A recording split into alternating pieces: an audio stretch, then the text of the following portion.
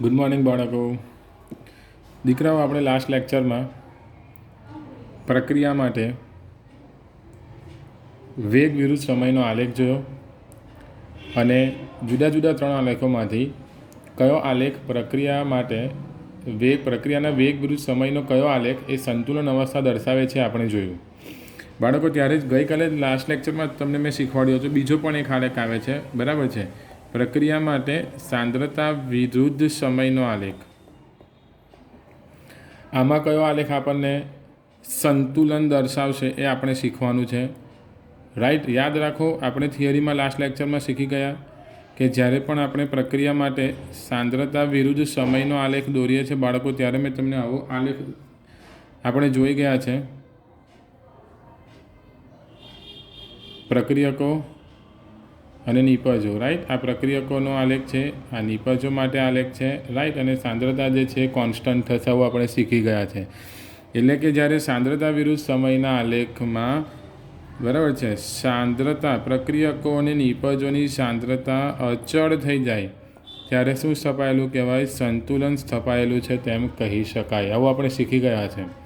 તો હું આને જ રિલેટેડ તમને 3 અલગ અલગ બીજા આલેખ દર્શાવીશ અને તમારે જણાવવાનું છે. જેમ આપણે લાસ્ટ લેક્ચરમાં ક્વેશ્ચન સોલ્વ કરેલા કે આપેલા પૈકી કયો આલેખ એ સાંદ્રતા વિરુદ્ધ સમય માટે સંતુલન દર્શાવે છે. ઓકે બાળકો, ધ્યાન આપો. એક્સ અક્ષ પર આપણે લઈશું સમય, રાઈટ?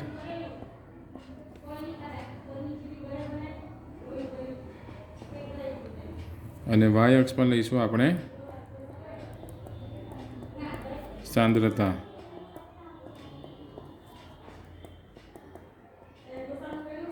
ઓકે, ધ્યાનથી સમજજો.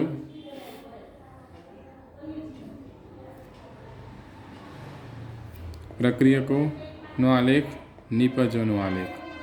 Okay,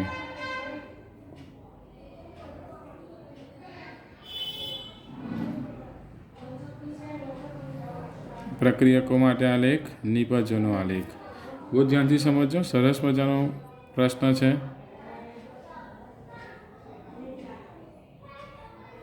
right? આ પ્રક્રિયકોનો આલેખ છે બાળકો અને આ નિપજોનો આલેખ છે. આલેખ A, B અને C. સો નાવ ક્વેશ્ચન તમને એવો પૂછાશે કે આપેલા પૈકી કયો આલેખ સંતુલન આલેખ દર્શાવે છે? સાંદ્રતા વિરુદ્ધ સમયનો કયો આલેખ સંતુલન દર્શાવશે? ઓકે, વિડીયો પોઝ કરીને તમે તમારો આન્સર પહેલાં મને જણાવી શકો છો. ચાલો, હોપ તમે તમારો આન્સર નક્કી કરી લીધો હશે. જોજો શું હશે તે આન્સર. બહુ ધ્યાનથી સમજજો. આપણે શું શીખેલા છે કે સાંદ્રતા વિરુદ્ધ સમયના આલેખમાં સાંદ્રતા અચળ થઈ જવી જોઈએ પ્રક્રિયકોની નિપજોની, ત્યારે સંતુલન સ્થપાયેલું કહેવાય. ક્લિયર? પહેલો આલેખ તો જે આપણે શીખી ગયા છે એ પ્રમાણે છે, એટલે આપણે કહી શકીએ કે હા સર, પહેલો આલેખ એ સાંદ્રતા વિરુદ્ધ સમય માટે સંતુલન દર્શાવે છે. તો શું બીજો અને ત્રીજો ખોટો છે? નહીં, 3 આલેખ સાચા છે બાળકો. કેવી રીતે? હા, આગળના ક્વેશ્ચન કરતાં ટ્વીસ્ટ છે. આપણે શું શીખી ગયા? સંતુલન એ પ્રક્રિયકોની નિપજોની સાંદ્રતા અચળ થવી જોઈએ. તો આલેખ બીમાં તમે ધ્યાનથી જુઓ, પ્રક્રિયકોની સાંદ્રતા સમય સાથે ઘટતી જાય છે, નિપજોની સાંદ્રતા સમય સાથે વધતી જાય છે. જ્યારે બંનેની સાંદ્રતા સમાન થઈ જાય છે ત્યારે આપણે જાણીએ છીએ કે આ સમયે, બરાબર છે, શું સ્થપાઈ ગયું છે? સંતુલન. એટલે કે આ સમયે સાંદ્રતા પ્રક્રિયકોની નિપજોની સાંદ્રતાનું મૂલ્ય કંઈક આ થઈ ગયું હશે, માની લઈએ R1. હવે બાળકો, તમે ગમે એટલો સમય આગળ પસાર થવા દો છો, હા, સાંદ્રતાનું મૂલ્ય બદલાતું નથી. એટલે સાંદ્રતા કેવી થઈ ગઈ દીકરાઓ? અચળ. તો આપણું વાક્ય તો એ જ છે ને કે જ્યારે પ્રક્રિયકોની નિપજોની સાંદ્રતા સમય સાથે અચળ થઈ જાય ત્યારે સંતુલન સ્થપાયેલું કહેવાય. એટલે આલેખ બી પણ સાંદ્રતા વિરુદ્ધ સમયનો આલેખ સંતુલન માટે સાચો છે. આલેખ સીમાં ધ્યાનથી જોજો. આ એક સમય એવો છે T1 જ્યારે સંતુલન સ્થપાયેલું છે, એટલે કે બંનેની સાંદ્રતા સમાન થઈ ગઈ છે, આ અચળ થઈ ગયું છે. જ્યારે જેમ જેમ સમય આગળ પસાર થાય છે ત્યારે અમુક સમય બાદ તમે ધ્યાનથી જુઓ, સાંદ્રતાનું મૂલ્ય અચળ થઈ ગયું છે. અને તો આ મૂલ્ય અચળ થઈ ગયા પછી અહીંયા ધ્યાનથી જોઈ લો, આની વાત કરીએ આપણે. આ સમય T2 T2 સમય બાદ ક્યારેય સાંદ્રતાનું મૂલ્ય બદલાતું નથી, પ્રક્રિયકો હોય કે નિપજો. એટલે આ પણ સાંદ્રતા સમય સાથે કેવી થઈ ગઈ છે? અચળ. તો માટે આપણે કહી શકીએ કે આપણો આલેખ A, B અને C ત્રણેય આલેખ સાંદ્રતા વિરુદ્ધ સમયના આલેખ સંતુલન દર્શાવવા માટે સાચા આલેખ છે. ઓકે, આ સરસ મજાનો ક્વેશ્ચન તમને સોલ્વ થઈ ગયો. ઓકે બાળકો, તો અહીંયા સુધી આપણે સંતુલન એટલે શું, સંતુલનની આલેખ દ્વારા રજૂઆત. સંતુલન માટે બે પ્રકારના આલેખ હોઈ શકે, પ્રક્રિયા વેગ વિરુદ્ધ સમય અને બીજો સાંદ્રતા વિરુદ્ધ સમય. જુદા જુદા ત્રણ આલેખની કન્ડિશન તમને સમજાવી, બે ક્વેશ્ચન તમને સમજાવ્યા. હવે આપણે આગળ ચાલીએ તો આના પરથી આપણે એવું સમજીશું કે સંતુલનની લાક્ષણિકતાઓ શું હોઈ શકે. નવો એક ટોપિક છે, ધ્યાનથી જુઓ. સંતુલનની લાક્ષણિકતાઓ શું હોઈ શકે. 2 માર્ક્સ માટે એક સરસ મજાનું ઇમ્પોર્ટન્ટ ક્વેશ્ચન. સંતુલનની લાક્ષણિકતાઓ શું હોઈ શકે?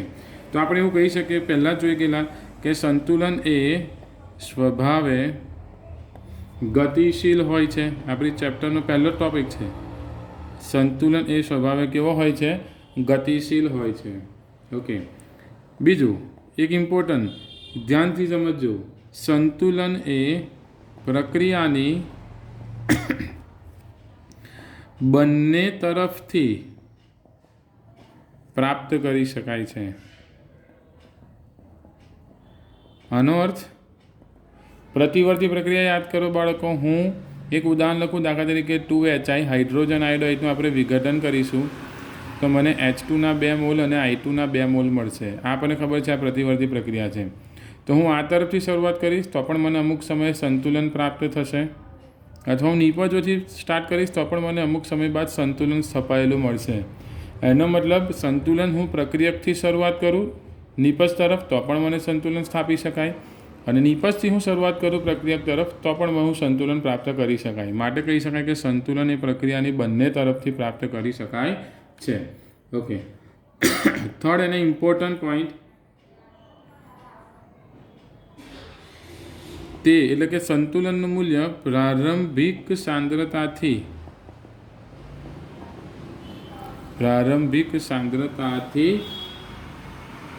સ્વતંત્ર છે. આપણે જોઈ શકીએ પ્રારંભિક સાંદ્રતા આલેખમાં પણ તમને જોઈ શકાશે. પ્રારંભિક સાંદ્રતા ગમે તે હોય એની સાથે સંતુલનને કોઈ સંબંધ નથી. ઓકે, એટલે ઇમ્પોર્ટન્ટ બીજી લાક્ષણિકતા, પ્રારંભિક સાંદ્રતાથી તે સંતુલન કેવું હોય છે બાળકો? સ્વતંત્ર હોય છે. બીજું ઇમ્પોર્ટન્ટ, તમને આગળ પણ શીખવાડેલું, સંતુલન એ બંધ પાત્રમાં થતી પ્રક્રિયામાં જ સ્થાપી શકાશે. બંધ પાત્રમાં થતી પ્રક્રિયામાં જ સ્થાપિત થાય છે.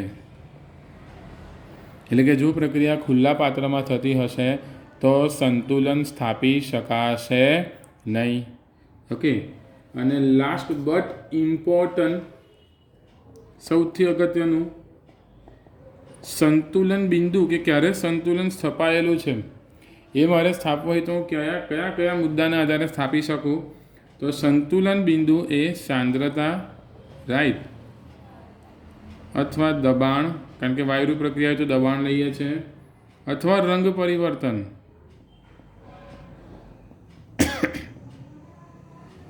થી તપાસી શકાય છે. આનો મતલબ કોઈ પ્રક્રિયામાં સંતુલન સ્થપાયું છે કે નહીં એ જો બાળકો આપણે નક્કી કરવું હોય તો આપણે પ્રક્રિયકોની સાંદ્રતાના મૂલ્ય પરથી પણ નક્કી કરી શકીએ. હમણાં જ જોઈ ગયા સાંદ્રતા પ્રક્રિયકોની ઘટે જાય, નિપજોની સાંદ્રતા વધતી જાય, બંનેની સાંદ્રતા અચળ થઈ જાય તો સંતુલન સ્થપાય. એનો મતલબ સાંદ્રતાના માપન દ્વારા પણ આપણે સંતુલન બિંદુ નક્કી કરી શકીએ. વાયુ પ્રક્રિયકો હોય તો દબાણ દ્વારા પણ નક્કી કરી શકીએ, કારણ કે જાણીએ છીએ કે વાયુ માટે દબાણ એ જ તેની સાંદ્રતા છે. રંગ પરિવર્તનથી પણ આપણે સંતુલન સ્થાપી શકીએ, સંતુલન બિંદુ નક્કી કરી શકીએ છીએ. રાઈટ બાળકો?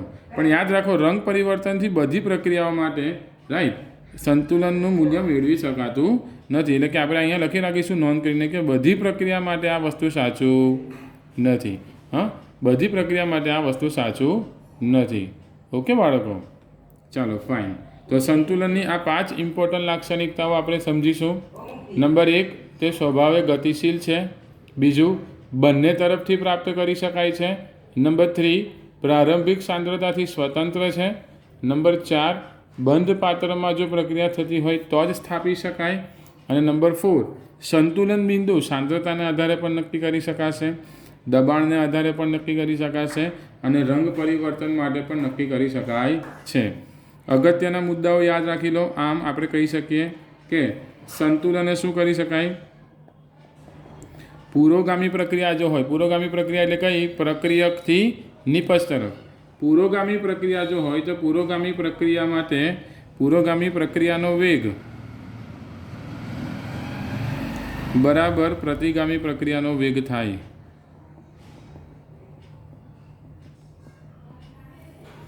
બરાબર છે? આ એક વસ્તુ આપણે જાણીએ છીએ. અને કોઈ પણ પ્રક્રિયા હોય, પ્રક્રિયાનો પ્રક્રિયા વેગ એ શેના પર આધાર રાખશે? પ્રક્રિયાનો પ્રક્રિયા વેગ એ પ્રક્રિયકોની સાંદ્રતાના સમપ્રમાણમાં હોય છે. બરાબર? તો સંતુલનની આ લાક્ષણિકતાઓ તમે ખૂબ જ ધ્યાનથી યાદ રાખો. રાઈટ બાળકો? બીજો એક ઇમ્પોર્ટન્ટ મુદ્દો, સંતુલન પર અસર કરતા પરિબળો. તો આપણે જાણીએ છીએ કે સંતુલન એ સાંદ્રતા, દબાણ, કદ વગેરે બાબત પર આધાર રાખે છે. રાઈટ ને? એનો મતલબ જો સાંદ્રતા બદલવામાં આવે અથવા દબાણ બદલવામાં આવે અથવા તો જો કદમાં કોઈ ફેરફાર કરવામાં આવે તો સંતુલન પર અસર થાય છે. તો સંતુલન પર અસર કરતા પરિબળો કયા કયા કહી શકાય? સાંદ્રતા, દબાણ, કદ વગેરે. ઓકે, આટલું સમજાઈ ગયું? Okay, fine. ચાલો હવે સરસ મજાનો એક બીજો પણ એક મુદ્દો યાદ રાખી લો કે સંતુલન જે છે બાળકો, સંતુલન એ બે પ્રકારની પ્રક્રિયા હોય ને, ભૌતિક પ્રક્રિયા અને રાસાયણિક પ્રક્રિયા.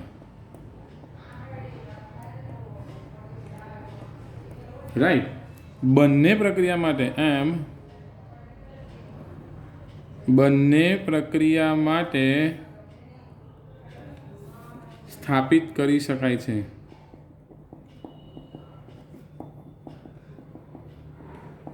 સંતુલન બંને પ્રક્રિયા માટે સ્થાપિત કરી શકાય છે. ઓકે બાળકો? ફાઇન. ચાલો નેક્સ્ટ ટોપિક જુઓ. ઇમ્પોર્ટન્ટ મુદ્દો છે.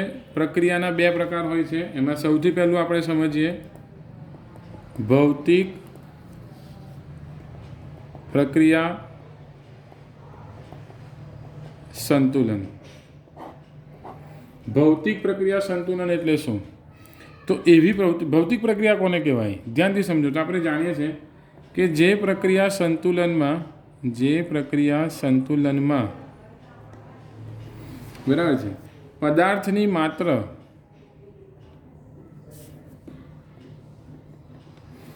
ભૌતિક અવસ્થા જ બદલાય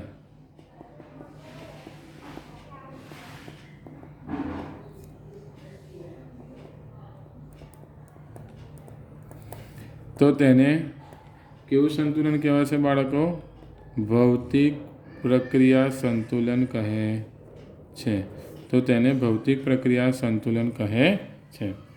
એટલે કે ભૌતિક પ્રક્રિયામાં જ્યારે સંતુલન સ્થપાઈ જાય તો તેવી સંતુલનને કેવું સંતુલન કહી શકાય? ભૌતિક પ્રક્રિયા સંતુલન કહી શકાય. અને એવા એટલા માટે કીધું કે જે પ્રક્રિયા સંતુલનમાં, એટલે કે એવી ભૌતિક પ્રક્રિયા કે જેમાં સંતુલન સ્થપાય તો તેને ભૌતિક પ્રક્રિયા સંતુલન કહી શકાય. દાખલા તરીકે એવી પ્રક્રિયાના ઉદાહરણ જો જોઈએ તો બરફ જે સોલિડ છે, રાઈટ, એને પીગળીને આપણે પ્રવાહી એટલે કે પાણી બનાવી દઈએ. રાઈટ? તો આ એક ભૌતિક પ્રક્રિયાનું ઉદાહરણ થઈ ગયું. રાઈટ? અથવા પાણી જે છે, રાઈટ, એને ગરમ કરીએ, વાયુ બની જશે, ગેસિયસ ફોર્મ, અહીંયા લિક્વિડ ફોર્મ. રાઈટ? અહીંયા આપણે ઠંડુ પાડીશું તો પાછું વાયુમાંથી પાણી બની શકે. આ બીજું ઉદાહરણ. અને ત્રીજું સબ્લિમેશન જેને કહીએ, ઘન પદાર્થ જો હોય એને સીધું આપણે વાયુમાં રૂપાંતર કરી દઈએ. બરાબર છે? તો આ પણ ભૌતિક પ્રક્રિયા સંતુલનનું જ ઉદાહરણ છે. સમજાય છે ને બાળકો? ઓકે. હવે આવા અલગ અલગ ભૌતિક પ્રક્રમ સંતુલન, આને આપણે કયા પ્રકારનું સંતુલન કહી શકીએ? ઘન પ્રવાહી સંતુલન. બરાબર? આને આપણે કયા પ્રકારનું સંતુલન કહી શકીશું? પ્રવાહી વાયુ સંતુલન અને આ ઘન વાયુ સંતુલન. ચાલો આ ત્રણ ભૌતિક પ્રક્રિયા સંતુલન આપણે વારાફરતી સમજીશું. પહેલું ભૌતિક પ્રક્રિયા સંતુલન સમજો, ઘન પ્રવાહી સંતુલન. બહુ જ ધ્યાનથી સમજવા જેવી થિયરી છે, એકદમ સહેલું છે. ઘન પ્રવાહી સંતુલન એટલે શું, કોને કહી શકાય? તો એક પ્રયોગ સમજો. એક થર્મોસ ફ્લાસ્ક લઈએ છીએ આપણે,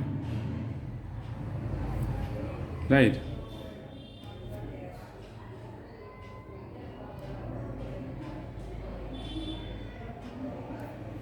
ઓકે, આ જે છે એ સારી કક્ષાનું થર્મોસ ફ્લાસ્ક.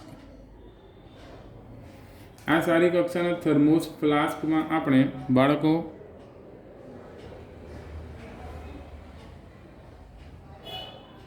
પાણી અને અંદર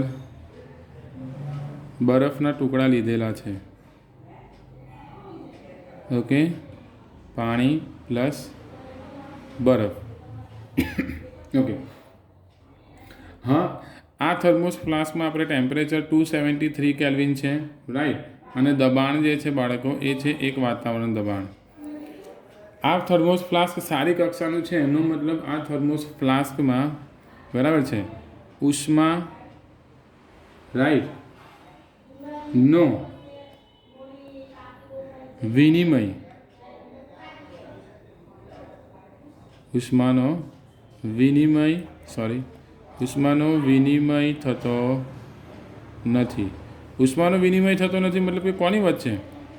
વાતાવરણ વચ્ચે, વાતાવરણ અને પ્રણાલી વચ્ચે, એટલે કે પર્યાવરણ અને પ્રણાલી વચ્ચે ઉષ્માનો વિનિમય થતો નથી. એનો મતલબ આ સ્ટાન્ડર્ડ કન્ડિશન છે એવું કહી શકાય, રાઈટ. તો હવે આપણે આમાં આવું જોઈશું કે થોડાક સમય પછી આપણે જો જોઈશું તો આમાં આપણને શું જણાશે? થર્મોસ ફ્લાસ્કમાં, બરાબર છે, થોડા સમય બાદ આપણે અવલોકન કરીશું. તો થર્મોસ ફ્લાસ્કમાં બાળકો બરફ અને પાણીનો જથ્થો અચળ જણાય છે. એનો મતલબ જેટલા ml પાણી લીધું હતું અને જેટલા બરફના ટુકડા લીધેલા હતા એ એઝ ઇટ ઇઝ આપણને જણાય છે. એના જથ્થામાં કોઈ ફેરફાર આપણને જણાતો નથી એવું આપણને દેખાય છે જો થોડા સમય પછી આપણે અવલોકન કરીશું તો, બરાબર છે. તો આપણે એવું કહી શકીએ કે આમાં તો પ્રક્રિયા જ નથી થતી, રાઈટ. પણ વાસ્તવમાં એવું નથી. ખરેખર આમાં સંતુલન સ્થપાયેલું છે.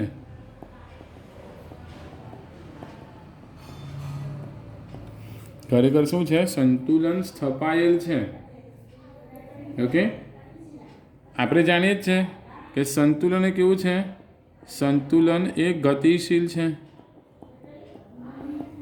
ભલે આમાં પાણી અને બરફનો જથ્થો અચળ છે છતાં પણ આમાં સંતુલન સ્થપાયેલું છે. સંતુલન ગતિશીલ છે, આપણને દેખાતું નથી. તો આમાં વાસ્તવમાં બાળકો કઈ પ્રક્રિયા થતી હશે?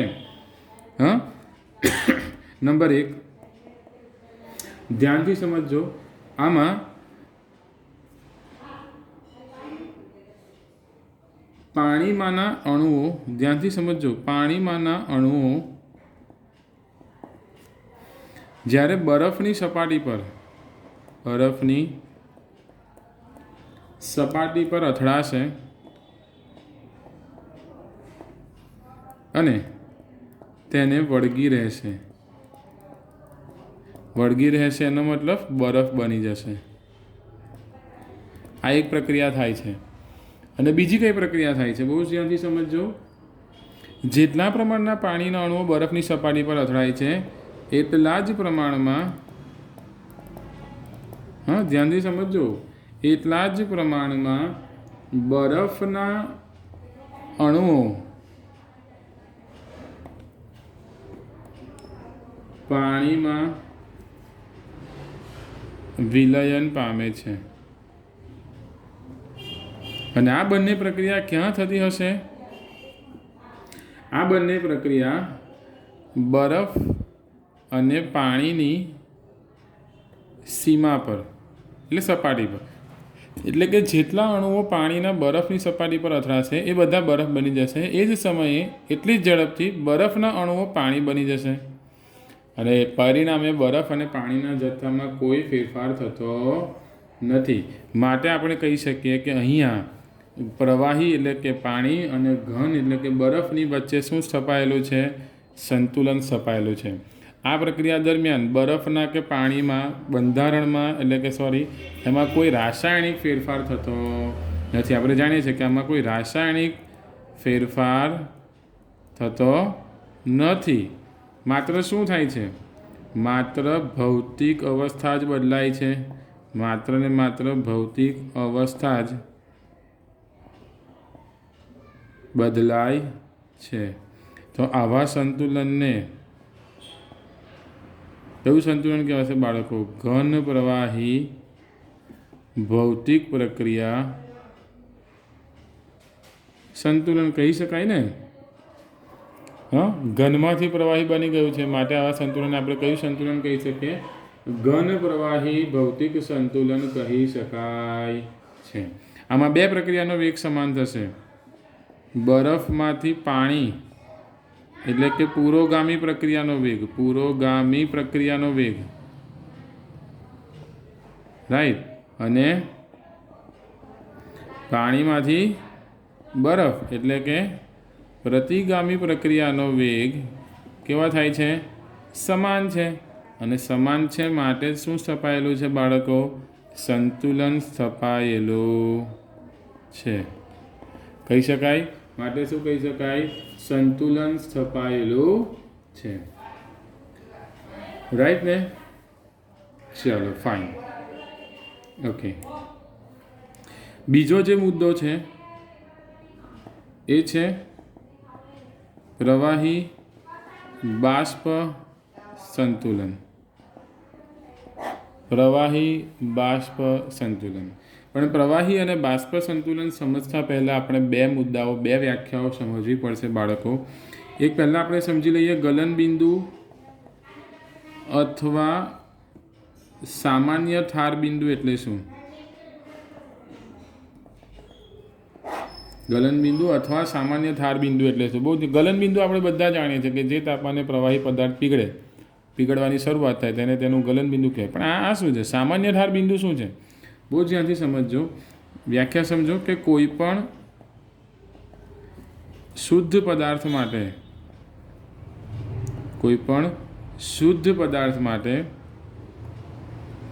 વાતાવરણના દબાણે, કોઈ પણ શુદ્ધ પદાર્થ માટે વાતાવરણના દબાણે અને જે તાપમાને ઘન અને પ્રવાહી અવસ્થાઓ વચ્ચે સંતુલન સ્થપાયેલું હોય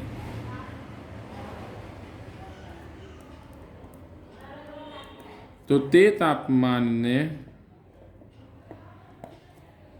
તે પદાર્થનું શું કહેવાશે? ગલનબિંદુ અથવા તો સામાન્ય થાર બિંદુ કહેવાય છે. વ્યાખ્યા ફરીથી સમજો. કોઈ પણ શુદ્ધ પદાર્થ માટે વાતાવરણના દબાણે, વાતાવરણ એટલે એક વાતાવરણ દબાણ, અને જે તાપમાને શું થાય? ઘન અને પ્રવાહી અવસ્થાઓ વચ્ચે સંતુલન સ્થપાય તો તેને શું કહેવાય? તે પદાર્થનું સામાન્ય થાર બિંદુ કહેવાય છે. અહીંયા એવું જ થયું ને. 273 કેલ્વિન તાપમાન અને એક વાતાવરણ દબાણે શું થયું? બરફ અને પાણી બંનેનું બરાબર છે, બંને પ્રવાહી વચ્ચે સંતુલન સ્થપાઈ ગયું છે. તો આ જે તાપમાન છે 273 કેલ્વિન, એ તાપમાનને આપણે શું કહી શકીશું? તે શુદ્ધ પાણી અને બરફનું શું કહી શકાશે? સામાન્ય થાર બિંદુ કહી શકાય છે. વ્યાખ્યાઓ તમને સમજ પડી? ખૂબ જ અગત્યની વ્યાખ્યા. પ્રવાહી બાષ્પ સંતુલન, ગલન બિંદુ અથવા સામાન્ય થાર બિંદુ, એની વ્યાખ્યાઓ આપણે સમજી ગયા. બધાને આઈ હોપ સમજ પડી ગઈ હશે. પરફેક્ટ ને? રાઈટ. ચાલો, તો બીજું સંતુલન આપણે સમજવાનું ટ્રાય કરીએ દીકરા. સંતુલન, ભૌતિક પ્રક્રિયા સંતુલનનો એક પ્રકાર આપણે શીખી ગયા. ભૌતિક પ્રક્રિયા સંતુલનનો એક પ્રકાર ઘન પ્રવાહી સંતુલન આપણે શીખી ગયા બાળકો. હવે આપણે ભૌતિક પ્રક્રિયા સંતુલનનો બીજો એક પ્રકાર આપણે શીખીશું, પ્રવાહી બાષ્પ સંતુલન. બીજું આપણે કયું શીખવાના છે? પ્રવાહી બાષ્પ સંતુલન. ઓકે, ચાલો. પ્રવાહી બાષ્પ સંતુલન માટે આપણે શું કરીશું? બહુ જ ધ્યાનથી સમજજો. એક પારદર્શક કાચની પેટી લીધી છે. ઓકે, આ પારદર્શક કાચની પેટીમાં રાઈટ એક બાઉલ છે. ઓકે, આ પારદર્શક કાચની પેટી જે છે એમાં એક સાઈડ પર ઓકે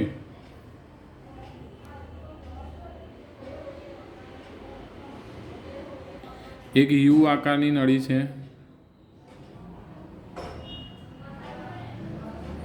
જેની અંદર મર્ક્યુરી એટલે કે પારો ભરેલો છે. જેની અંદર શું ભરેલું છે બાળકો? મર્ક્યુરી ભરેલો છે. તો આ નળીને આપણે કહીશું મોનોમીટર. આ નળીને શું કહેવાશે? મોનોમીટર. યુ આકારની કાચની નળી છે, રાઈટ, જેમાં પારો ભરેલો છે. ઓકે, હવે આપણે શું કરીશું? આ પાત્રમાં આપણે સૌપ્રથમ નિર્જળ કેલ્શિયમ ક્લોરાઇડ, રાઈટ, અથવા તો ફોસ્ફરસ પેન્ટોક્સાઇડ મૂકીશું. આ બંને શું છે? આ બંને છે પ્રબળ ભેજ શોષક પદાર્થ. પ્રબળ ભેજ શોષક પદાર્થ. સૌપ્રથમ એક કાચની પેટી લો કે જેના એક છેડે મોનોમીટર જોડેલું છે યુ આકારનું. તે પાત્રમાં આપણે સૌપ્રથમ શું મૂકીશું? એક પાત્રમાં નિર્જળ કેલ્શિયમ ક્લોરાઇડ અથવા ફોસ્ફરસ પેન્ટોક્સાઇડ જેવા પ્રબળ ભેજ શોષક પદાર્થ મૂકવો. આ પદાર્થો મૂકવાથી શું થશે આપણને? બરાબર છે, પાત્રમાં શૂન્ય અવકાશ તપાશે. એટલે અહીંયા શું છપાઈ ગયું હશે બાળકો? શૂન્ય અવકાશ. કારણ કે આ પદાર્થ ભેજ શોષક છે, તો પાત્રની અંદર રહેલી બધી હવાનો ભેજ શોષી લેશે. એટલે કે પાત્રની અંદર શું છપાઈ જશે બાળકો? શૂન્ય અવકાશ છપાઈ જશે. હવે આ આકૃતિ એ થઈ ગઈ. હવે થોડા સમય બાદ આપણે શું કરીશું? એ જ કાચની પેટી જે છે, રાઈટ, જેના એક છેડે યુ આકારનું મોનોમીટર જોડેલું છે. ઓકે,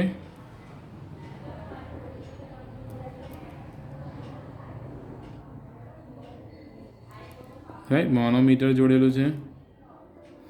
આ જ પાત્રમાં હવે ધીમે રહીને આપણે શું કરીશું? પેટીને સહેજ ઊંચી કરી અને આપણે એક પાત્રમાં પાણી ભરી દઈશું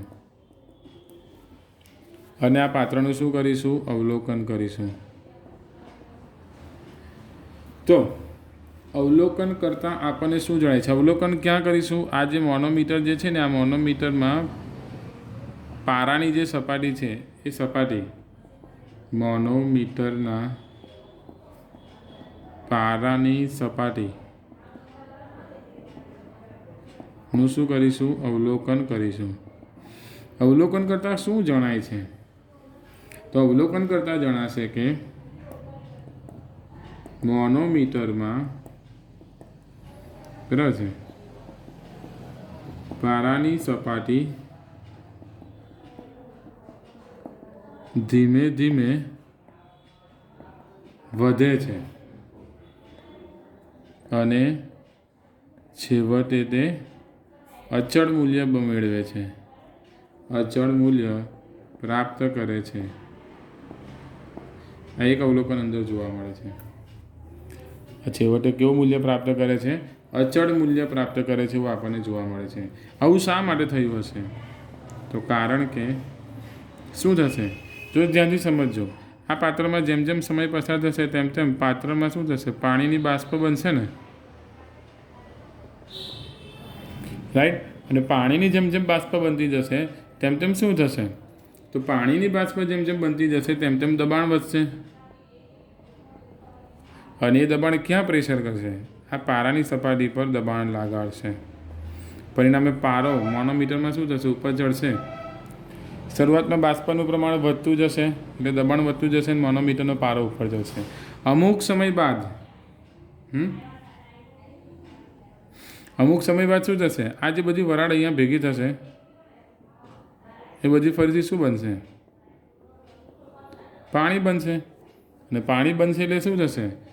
દબાણ પેટીમાં દબાણ કેવું થઈ જશે? અચળ. દબાણ અચળ થઈ જશે માટે મોનોમીટરમાં પારાની સપાટી પણ કેવી થઈ જશે? મોનોમીટરમાં પારાની સપાટી પણ કેવી થઈ જશે બાળકો? અચળ થઈ જશે. હા, અહીંયા સુધી બધાને સમજ પડી, રાઈટ ને? માટે આપણે દર્શાવીએ કે આ વસ્તુ શું સૂચવે છે આપણને. તો આ પરિસ્થિતિ આપણને સૂચવે છે કે પાણીમાંથી બાષ્પમાં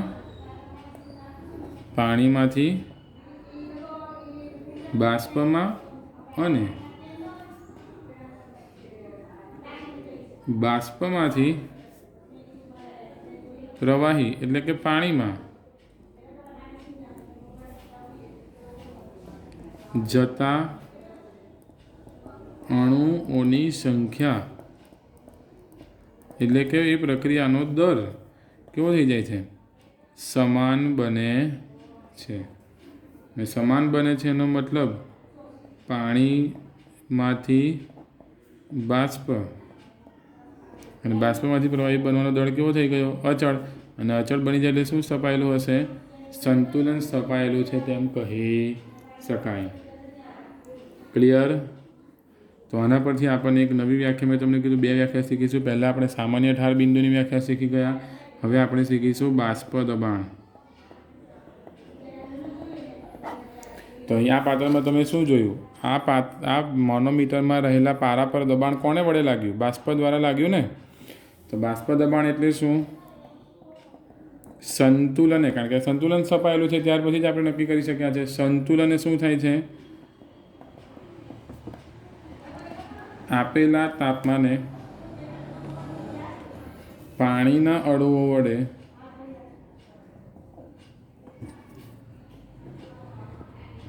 ઉત્પન્ન થતી બાષ્પ દ્વારા ઉત્પન્ન થયેલા અથવા તો ઉદ્ભવેલા દબાણને બાષ્પ દબાણ કહે છે. અને સંતુલને, જે સંતુલન, કારણ કે આપણે સંતુલન જ કીધું છે, કેવું હશે? અચળ હોય છે. હમણાં જ આપણે જોયું, જો અહીંયા પારાની પરિસ્થિતિ શરૂઆતમાં શું થશે? પારો ધીમે ધીમે વધશે, ઉપર વધી ગયા પછી ધીમે ધીમે ઘટશે. અને કોઈ એક સમય એવો આવશે, કોઈ એક પરિસ્થિતિ એવી આવશે, કોઈ એક સપાટી એવી આવશે કે પારાનું જે પરિસ્થિતિ છે, પારાની જે કદ છે તે કેવું થઈ જશે? અચળ થઈ જશે. બરાબર છે? એટલે કીધું છે કે સંતુલન જ્યારે પાણીના અણુઓ વડે જે બાષ્પ ઉત્પન્ન થાય છે, બાષ્પ દ્વારા ઉત્પન્ન થયેલી બાષ્પ દ્વારા ઉદ્ભવેલા દબાણને બાળકો આપણે શું કહીશું? બાષ્પ દબાણ કહેવાય છે. બરાબર છે? એક ઇમ્પોર્ટન્ટ વસ્તુ યાદ રાખો કે એક જ તાપમાને બરાબર છે, જુદા જુદા પ્રવાહીના સંતુલન બાષ્પ દબાણ કેવા હોય છે? જુદા જુદા હોય છે. એક જ તાપમાનનું અલગ અલગ પ્રવાહી લઉં, દાખલા તરીકે પાણી, બરાબર છે, બેન્ઝીન, ઇથેનોલ, રાઈટ? તો આ બધા પ્રવાહીના બાષ્પ દબાણ એક જ તાપમાને કેવા હશે? સંતુલન બાષ્પ દબાણ કેવા હશે બાળકો? જુદા જુદા હોય છે. બીજું એક ઇમ્પોર્ટન્ટ, જે પ્રવાહીનું ઇમ્પોર્ટન્ટ MCQ માટે કામ લાગશે, યાદ રાખજો. નીટ જેઈ માટે MCQનો પોઈન્ટ છે. જે પ્રવાહીનું બાષ્પ દબાણ વધારે, બરાબર છે, તે પ્રવાહી વધુ બાષ્પશીલ. એટલે કે એ પ્રવાહીમાંથી બાષ્પ વધારે બનશે. અને બાષ્પ ક્યારે વધારે બને છે? એનો મતલબ તે પ્રવાહીનું તેનું ઉત્કલન બિંદુ નીચું હોય છે, તો જ એની ઝડપથી બાષ્પ બનશે અને વધુ બાષ્પ બનશે, એટલે તે બાષ્પ દબાણ વધારે લગાવશે. તો યાદ રાખો, આમ બાષ્પ દબાણ વધારે તો ઉત્કલન બિંદુ નીચું, આ બંનેનો કયો સંબંધ થઈ ગયો? વ્યસ્ત પ્રમાણનો સંબંધ. અને બાષ્પ દબાણ અને બાષ્પશીલ, બરાબર છે, એની વચ્ચે કેવો સંબંધ છે? સમપ્રમાણનો. વધુ બાષ્પ દબાણ એટલે વધારે બાષ્પશીલ, અને જેનું બાષ્પ દબાણ વધારે છે તેનું ઉત્કલન બિંદુ કેવું હશે બાળકો? નીચું હશે. ઓકે? અને એક અગત્યનો પોઈન્ટ યાદ રાખી લો કે પ્રવાહીના સંપૂર્ણ બાષ્પીભવનનો દર પ્રવાહીના સંપૂર્ણ બાષ્પીભવનનો દર 3 બાબત પર આધાર રાખશે. નંબર 1, પહેલામાં પહેલું હશે પ્રવાહીનો સ્વભાવ. પ્રવાહીના સ્વભાવ ઉપર આધાર રાખશે. બીજું હશે પ્રવાહીના જથ્થા પર આધાર રાખશે.